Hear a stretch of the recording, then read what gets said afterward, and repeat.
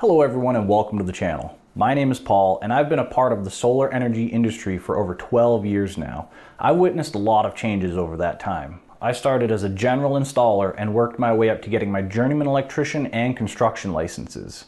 Then I became nationally certified for solar installations by NABCEP, the North American Board of Certified Energy Practitioners, and earned my master electrician license. Solar energy has truly become my passion because it can help everyone everywhere produce their own resources, giving them independence from their local utility. If that sounds like something that you're interested in, be sure to like this video, subscribe to the channel, stay up to date on any new videos I post. How solar energy is produced, used, and tracked is one of the most fundamental understandings you must have before deciding if solar is right for you.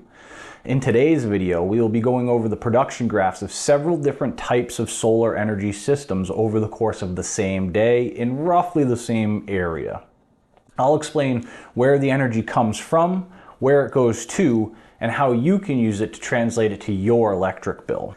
Understanding exactly how much you pay per kilowatt hour for electricity is important. So if you haven't yet, go check out my other video explaining how to determine your cost of energy using your own electric bill at home. That video can be found here.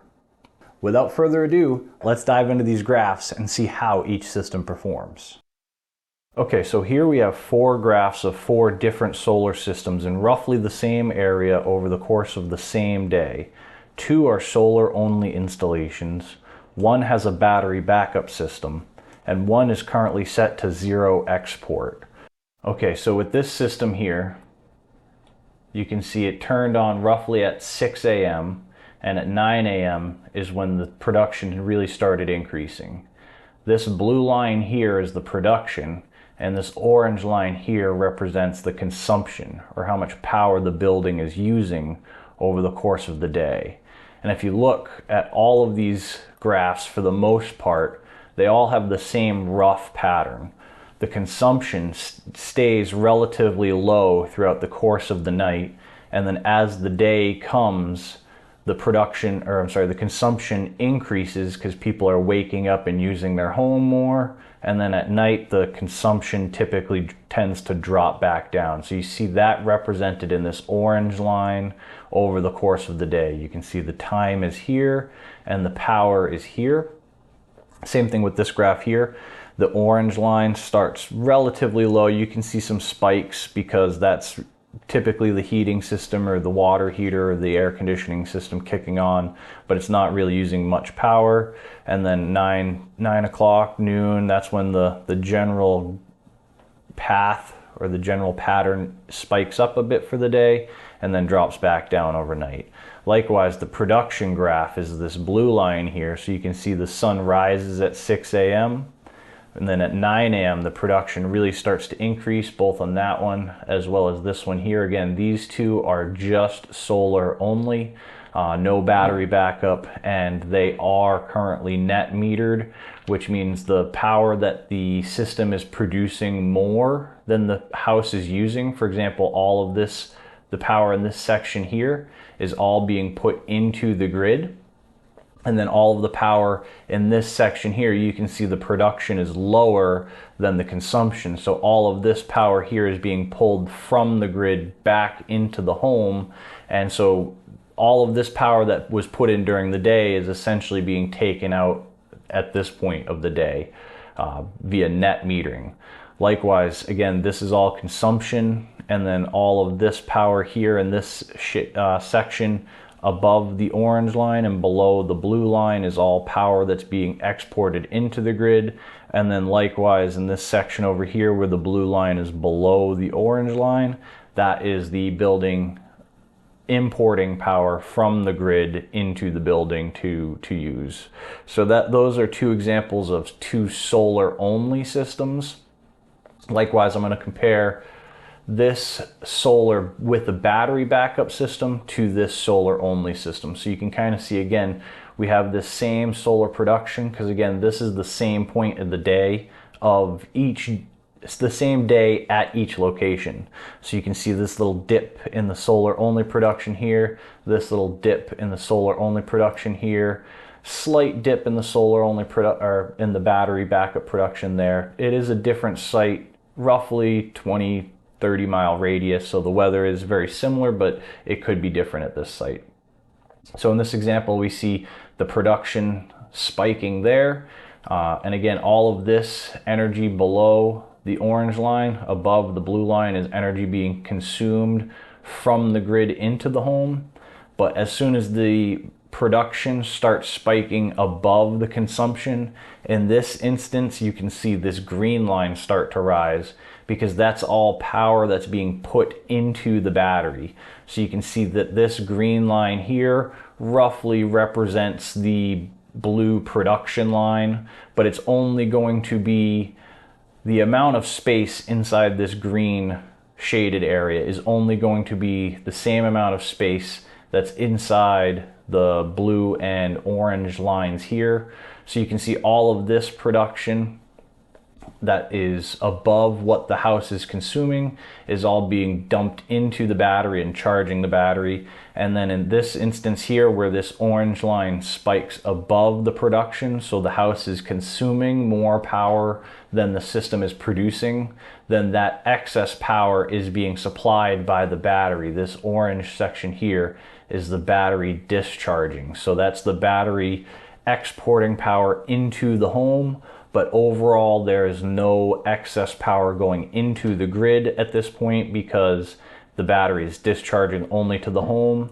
And then once the consumption drops back down, you can see the battery stops discharging and then starts charging. Again, this green line here is all of the battery charge. So again, all of this extra power up until this point here in the day is all going to charge the battery. And as you can see, the battery, the green line is much lower here because the battery is now fully charged. So that means all of this power here is being exported into the grid and spinning the customer's meter backwards, producing net metering credits, which would then be applied to the next billing cycle if they generate more net metering credits in that one billing cycle. So moving along in the graph here, we can see the consumption spikes back up as the system's shutting down. You can see the blue line later in the day because the sun's setting. And so again, the consumption's increasing. The homeowner's probably coming home from work, cooking dinner, things like that. So you can see all of this orange line is the battery exporting all of this power because again, the solar power is off and cannot produce the power that the building needs. And so then at this point here in the day, the battery actually stops discharging and the building is importing power from the grid, because in this specific site, the customer has their battery set to a minimum discharge of 40%. So that way, once the battery hits a 40%, it will stop discharging if there is grid power, and it will only import power from the grid. That way, if the grid does go down, you worst case scenario still have at least 40% of your battery power to keep you going throughout the night, and hopefully till the next day when the grid comes back on or when that solar comes back on and can start charging the battery again. If you're enjoying this video, please hit that like button and subscribe to the channel. It really helps me out and I greatly appreciate it. So that's the graph over the course of the same period here. Again, this is August 3rd for all of these different graphs. And so this last graph is set to import only, or I'm sorry, zero export, no export. So it will only produce as much power as the building is consuming, and it will not be able to put any power into the grid. So again, in this example, our orange line is the consumption, how much power the building is using. The blue line is the production, how much power the system is generating. And you will see, for the most part, the blue line will always remain below the orange line because we don't want to produce any more power than the building can use, because then that power would be getting put back into the grid, and this current installation is set to a zero export mode. So if this was not a zero export mode, we would expect it to look very similar to this graph, again, since it's the same day. And generally, all solar production, we expect to see a nice even bell graph over the course of the day, with a spike shortly after noontime for our area.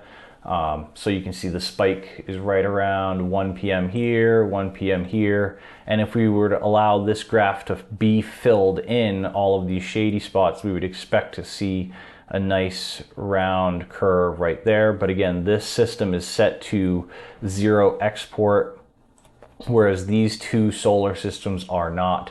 So these are exporting this power, which is why we see this blue line above this orange line. So that's a little example on how the production of the solar systems gets graphed over the course of one 24-hour period. And again, we have two solar only systems here. We have one solar with battery backup. This battery again is set to 40% minimum discharge. Unless the event of a grid outage, then it will discharge all the way to 0 to provide the needs until the grid comes back online, or until the solar comes back online to charge the batteries. And then again, this system is set to a 0 export mode, which is why we see all of these little spikes.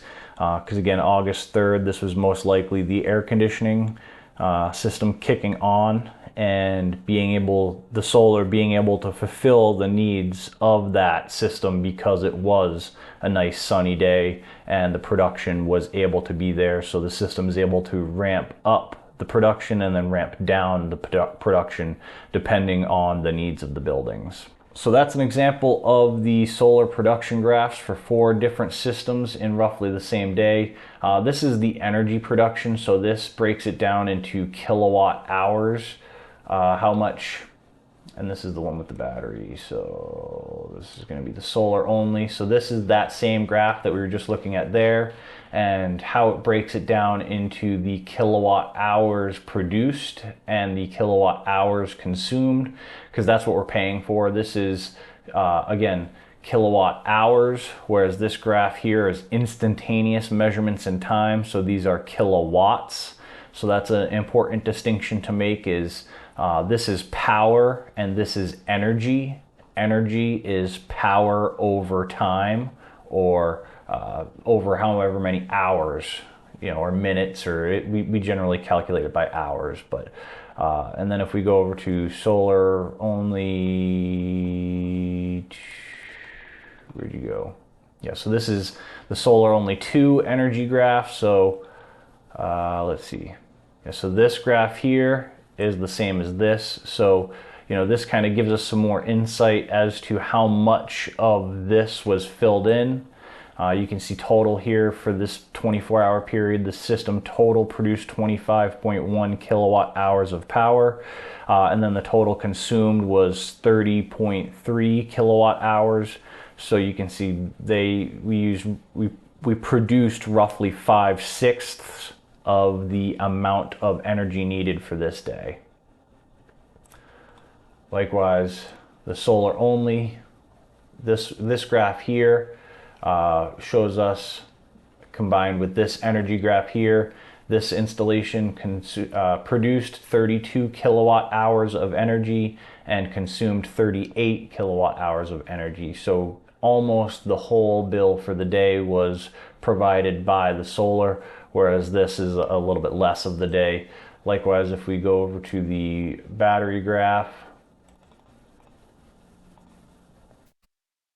system with the battery, it doesn't show the battery here because it's just consumption and production. The storage going back and forth, it still counts as production, and then the discharge still counts as consumption, so it'd be kind of redundant.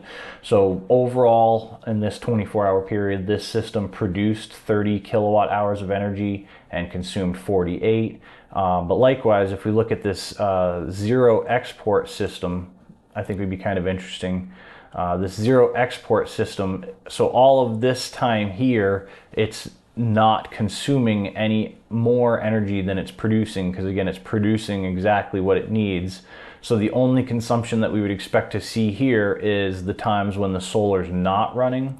And so with this one, we can see that the for the 24-hour period, the system produced 21 kilowatt hours of energy, and overall the home consumed 39 kilowatt hours of energy. So you can see there's a greater distance here because this system was not exporting any of the power for this time period. It was only allowed to consume this 21 kilowatt hours during the course of the day here, where again these systems with the batteries and with the solar were allowed to discharge that energy, thus spinning the customer's meter backwards. And when it's pulling the electricity from the grid during this point of the day, it's essentially just spinning that meter forwards again. So